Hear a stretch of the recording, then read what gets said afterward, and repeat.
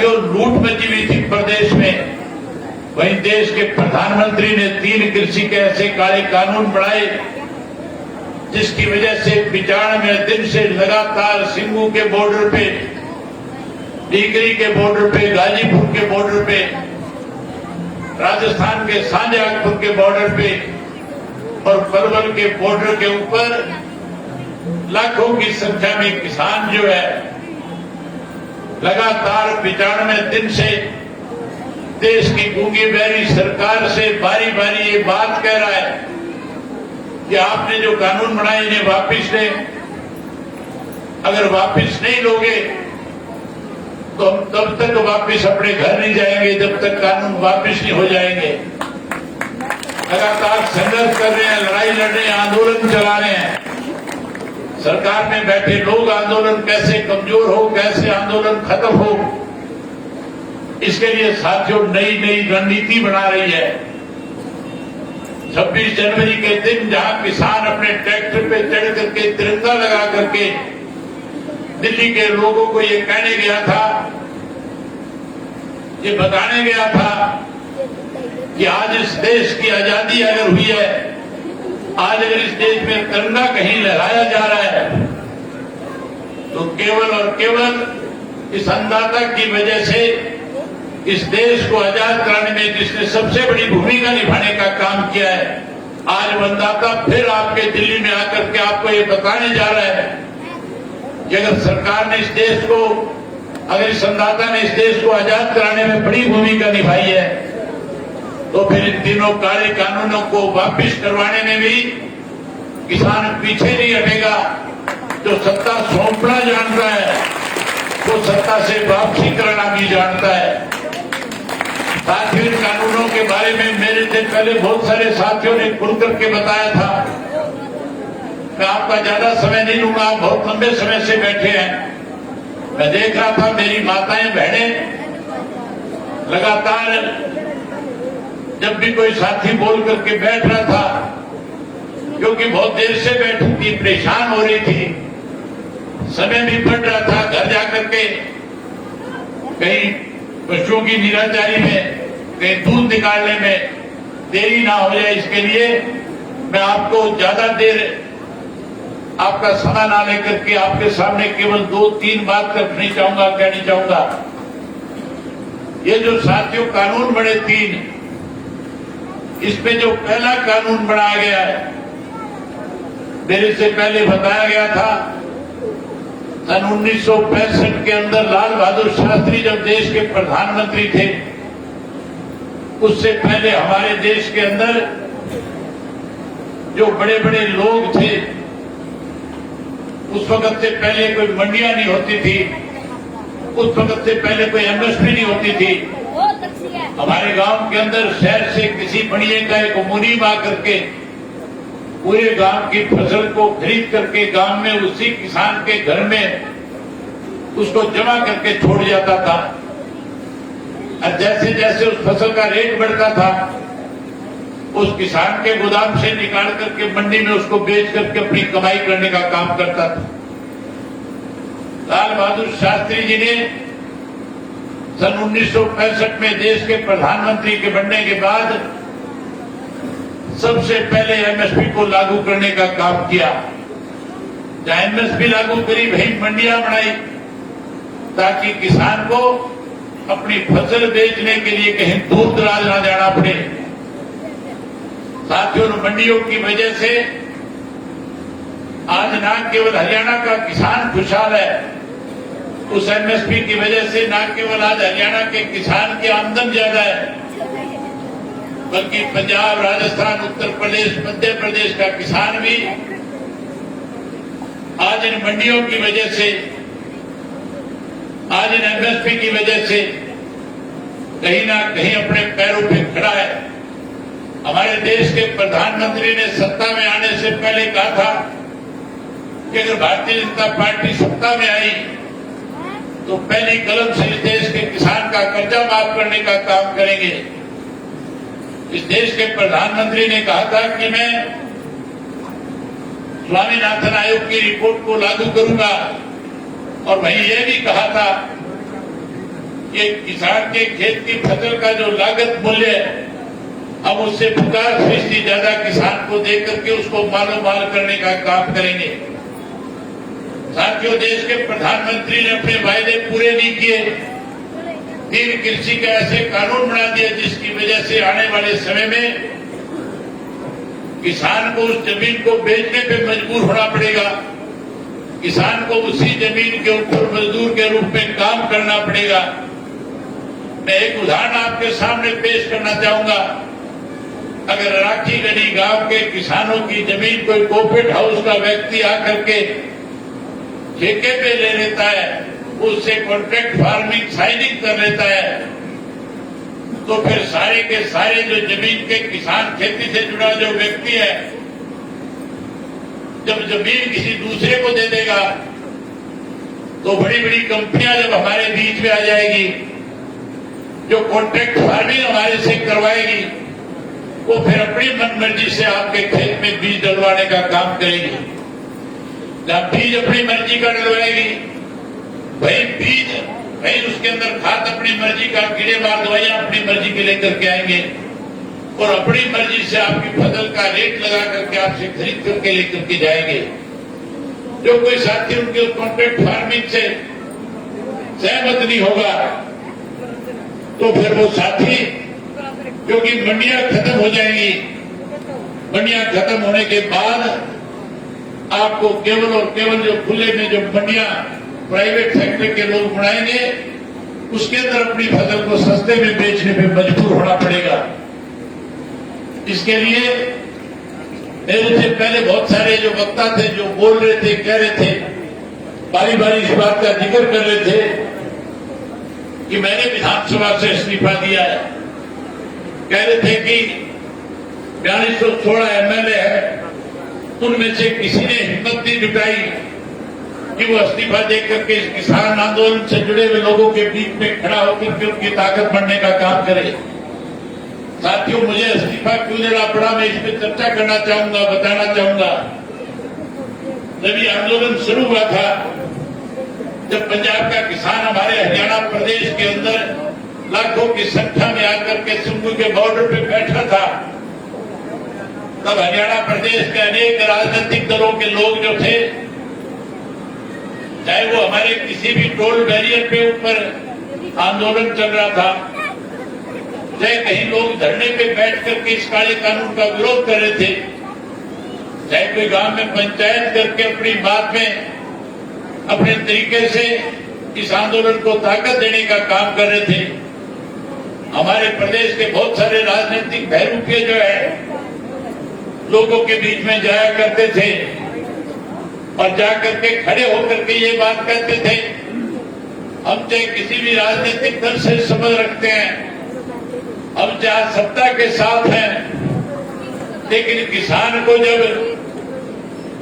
हमारी कहीं जरूरत महसूस होगी, किसान नेता जब हमें कहीं आकर के कोई आदेश देंगे, जो अपने अपने हल्के के लोगों से कह रहे थे कि आप जो आदेश हमें देंगे हम आपके आदेश की पालना करेंगे। मैंने बहुत सारे लोगों के इंटरव्यू सुने थे, बहुत सारों के ऑडियो वीडियो देखे थे, अखबारों में खबर पड़ी थी, जो ये कह रहे थे कि अगर आपने कहा तो हम अपना इस्तीफा दे करके भी किसान के साथ खड़े हो जाएंगे। मैंने उस दिन फैसला कर लिया था कि ये बहरूपे जो लोगों को गुमराह करने का काम कर रहे हैं, इन लोगों को कैसे बेनकाब किया जाए, कैसे इनकी असलियत हरियाणा प्रदेश के लोगों के बीच में उजागर हो, कैसे देश को पता लगे कि किस तरह से राजनेता जो है किसान को बरगलाने का काम करता है। मैं जब विधानसभा का सेशन चल रहा था, उस सेशन के दौरान जहां कांग्रेस पार्टी की एक बड़ी जिम्मेवारी बनती थी कि प्रदेश की सरकार के सामने किसान का पक्ष रखते, उन्होंने पक्ष रखने की बजाय सरकार की तरफ से एक प्रस्ताव आया था जिसमें कहा गया था कि हम इन कानूनों पे मोहर लगाना चाहते हैं, और कांग्रेस पार्टी के लोगों ने जहां उस विधानसभा का वॉकआउट करने का काम किया, किसान का पक्ष रखने की बजाय कहीं सरकार की मदद करी। जब वो बाहर जा रहे थे, मैं उनसे कह रहा था कि आज आपकी जिम्मेवारी बाहर जाने की नहीं बनती, आज वॉकआउट की नहीं बनती, आज किसान की अनदेखी हो रही है, आज प्रदेश में, देश में इस तरह के कानून लागू किए जा रहे हैं जिससे आने वाले समय में किसान अपनी जमीन बेचने पे मजबूर हो जाएगा। आज नस्ल और फसल की लड़ाई की बात है। मैं उन कांग्रेस के साथियों को रोकना चाह रहा था, लेकिन वो रुकने के बजाय वॉकआउट करके बाहर जा रहे थे। जब वो बाहर जा रहे थे तो मुझे स्पीकर ने पूछा कि अभय सिंह जी, आप भी वॉकआउट करोगे या विधानसभा में कोई पक्ष रखोगे? मैंने कहा मैं कायर और कमजोर व्यक्ति हूं। मेरी रगों में चौधरी देवीलाल का खून है, जिसने ताउम्र किसान की लड़ाई लड़ने का काम किया था, जिस व्यक्ति ने बहुत बड़े बड़े पदों को ठोकर मार करके किसान के साथ खड़े होकर के उसके साथ न्याय दिलवाने का काम किया था। मैं ना तो वॉकआउट करूंगा और ना मैं बाहर जाऊंगा। मैं किसान का पक्ष विधानसभा में रखूंगा और सरकार को मजबूर करूंगा कि ऐसे प्रस्ताव हरियाणा की विधानसभा से ना पास हो जहां 80% लोग खेती पे निर्भर करने वाले हों। जब मुझे मौका मिला बोलने का तो मैंने स्पीकर से खुल करके पूछा कि स्पीकर साहब, मुझे कितना समय दोगे बोलने के लिए? उन्होंने मुझे कहा कि आप जितना देर मर्जी चाहो बोल सकते हो। मैंने जब अपनी बात रखी, मैंने जब किसान का पक्ष रखा, जो लोग कहीं मजाक उड़ा रहे थे किसान का, वो मेरी बात सुन करके शर्मिंदा हो रहे थे। जहां मैंने उनको शर्मिंदा करने का काम किया, वही साथियों जो प्रस्ताव सरकार लेकर के आई थी, उस प्रस्ताव को वापिस करवाने का भी काम किया था। आज तक उस विधानसभा में कृषि के 3 बिलों का जो प्रस्ताव आया था पास नहीं कर पाए। मैंने उसी वक्त ये फैसला कर लिया था कि मैं ऐसी विधानसभा का सदस्य नहीं रहना चाहूंगा जिस विधानसभा के अंदर किसान को अपमानित किया जाता है, जिस विधानसभा के अंदर किसान की जबान को दबाया जाता है, जिस विधानसभा के अंदर किसान के खिलाफ काले कानून ला करके उन पे बोर्ड लगाई जाती है। मैं उन लोगों का चेहरा बेनकाब करने का काम करूंगा जो किसान को केवल और केवल बरगलाने का काम करता है। ऐसे लोग नंगे हो, ऐसे लोगों के चेहरे बेनकाब हो, इसके लिए साथियों मैंने उसी वक्त फैसला कर लिया। और फैसला करके जब मैं वापस सरसा पहुंचा तो सरसा से हजारों किसानों को साथ लेकर के, हजारों ट्रैक्टर ट्राली लेकर के जब मैं टीकरी के बॉर्डर पे पहुंचा तो जो किसान नेता इस आंदोलन को चला रहे थे, जब मेरी उनसे मुलाकात हुई, उन्होंने मुझे आगे से चल करके कहा, जिनमें एक सुरेश कोत भी साथ थे, तब इन्होंने मुझे ये कहा कि कोई आप ऐसा कदम भी उठा सकते हो जिससे राजनीतिक दलों के लोगों को कोई ना कोई सबक मिले। मैंने पूछा कि आपकी मंशा क्या है? ये कहने लगे कि हम चाहते हैं कि आप पहल करो। मैंने इनसे कहा, मैंने फैसला कर लिया है 26 जनवरी तक अगर ये काले कानून वापिस नहीं होंगे तो 27 जनवरी को जाकर के विधानसभा में अपना इस्तीफा सौंप दूंगा। और साथियों, तो मैंने ये बात इसके बाद इनसे प्रदेश और देश के लोगों से कही तो बहुत से राजनीतिक दलों के लोगों ने मेरे ऊपर कटाक्ष किए थे। किसी ने कहा कि उंगली कटा करके शहीद होना चाहता है, किसी ने कहा राजनीति कर रहा है, किसी ने कुछ और तरह के कटाक्ष भी किए। मैं उनकी बातों पे जाना नहीं चाहता, लेकिन मैंने उन लोगों को इस प्रदेश के अंदर बेनकाब कर दिया जो कहीं ना कहीं किसान के नाम की राजनीति करके, जिन लोगों ने किसान का वोट लेकर के विधानसभा में पहुंच करके सत्ता के साथ शामिल हुए, आज वो लोग पूर्ण रूप से लोगों के सामने बेनकाब हो चुके हैं। मैं तो केवल आपसे एक आखिरी बात कह करके इजाजत देना चाहूंगा। आप लोगों ने इस आंदोलन को चलाने में बहुत बड़ी भूमिका निभाई है। आज अगर हरियाणा का कोई प्रतिनिधित्व किसान का सही मायने में कर रहा है तो आपके बीच आपका खड़ा हुआ पुराना साथी जो पूर्व में आपका खाप का प्रधान रहा है, भाई सुरेश खोत जी ने लगातार आपकी इस लड़ाई को लड़ने का काम किया है। इस मंच के ऊपर ऐसे बहुत सारे युवा बैठे हैं जिन्होंने लगातार अपना घर बार परिवार छोड़ करके इस आंदोलन को मजबूती प्रदान करने का काम किया है। मैं बधाई देता हूं आपको कि आपने पहले से इस किस्म का फैसला ले रखा है कि हर गांव से महिलाएं जा रही है, हर घर से, हर गांव से बहुत सारे पुरुष साथी जा रहे हैं। आपकी ट्रैक्टर ट्रालियां पहले से खड़ी है। मेरे से पहले जिस तरह से एक बात कही गई थी कि लोगों को बहकाने की बहुत कोशिश की जाएगी, कहीं गर्मी की बात करेंगे, कहीं किसी के खिलाफ मुकदमे की बात करेंगे, कहीं तुम्हें नोटिस दिए जाएंगे। साथियों, चिंता करने की जरूरत नहीं है। सरकार का काम होता है आंदोलन को खत्म करने के लिए कोई ना कोई षड्यंत्र रचे जाए, आंदोलन को लिंगर ऑन किया जाए, लंबा चलाया जाए। लेकिन जहां ये लंबा चला करके आंदोलन को खत्म करने की कोशिश करेंगे, आज ये आंदोलन केवल पंजाब, हरियाणा, राजस्थान और उत्तर प्रदेश का नहीं, आज ये आंदोलन इंटरनेशनल के स्तर के ऊपर है। आज दुनिया के विकसित जितने भी मुल्क हैं वो सारे के सारे आपके इस आंदोलन के ऊपर नजर लगाए हुए हैं। आज दुनिया में चाहे कनाडा है, अमेरिका है, ऑस्ट्रेलिया है, रूस है, चाहे वो साथियों यूरोप के मुल्क हैं, लगातार जो हरियाणा, पंजाब, उत्तर प्रदेश और राजस्थान से गया हुआ व्यक्ति आपके इस आंदोलन को और मजबूती, ताकत देने के लिए आप पे भी हजारों की संख्या में इकट्ठा होकर के अपने अपने तरीके से इस आंदोलन का हिस्सा बने हुए हैं।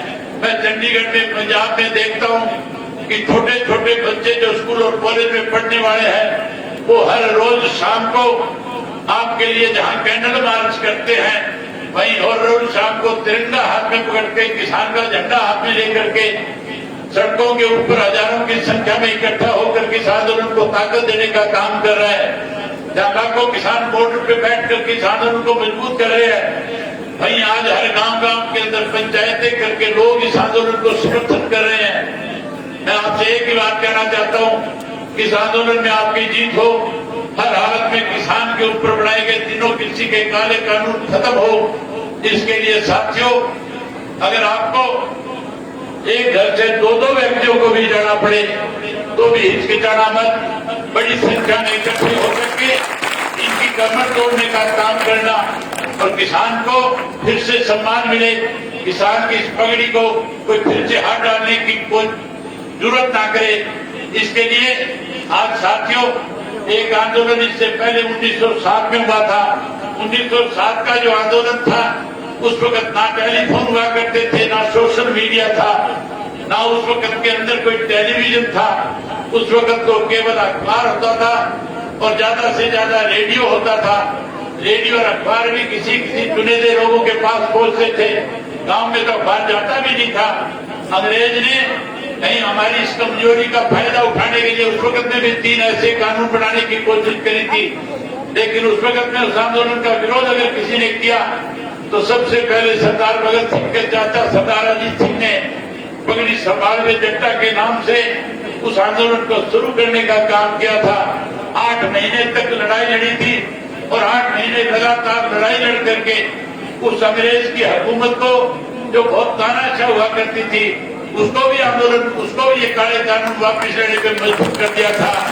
आज तो हमारा देश आजाद है, आज प्रजातांत्रिक देश में हम रह रहे हैं। आज साथियों, देश का प्रधानमंत्री इस आंदोलन को चाहे हमें 1 साल तक करने पे मजबूर करे, चाहे उसे भी लंबा चलाना पड़े। आज हरियाणा प्रदेश ही देश का हर किसान जागरूक हो चुका है, अपने हक लेकर के रहेगा। किसान कभी पहले किसी के साथ कोई छेड़खानी नहीं करता, किसान के पास समय नहीं होता, क्योंकि किसान तो जब अपनी फसल होता है उसी दिन से इस बात की चिंता में लग जाता है कि मैं कहां से पानी लेकर के आऊंगा, खाद का इंतजाम कैसे करूंगा, कीड़ेमार दवाइयां कहां से लेकर के आऊंगा, पैसा कहां से आएगा। वो अपने घर परिवार को छोड़ करके अपने बच्चे से भी ज्यादा उस खेत को समय दे करके उस फसल को पकाने का काम करता है। जहां साथियों उस फसल को पका करके कहीं ना कहीं अपने परिवार का पालन पोषण करता है, वहीं अगली बिजाई में, अगले काम में जुट जाता है। इसलिए किसान कभी किसी के साथ जाकर के छेड़खानी नहीं करता। लेकिन अगर किसान के साथ कोई छेड़खानी करे तो फिर किसान उसको बर्दाश्त नहीं करता।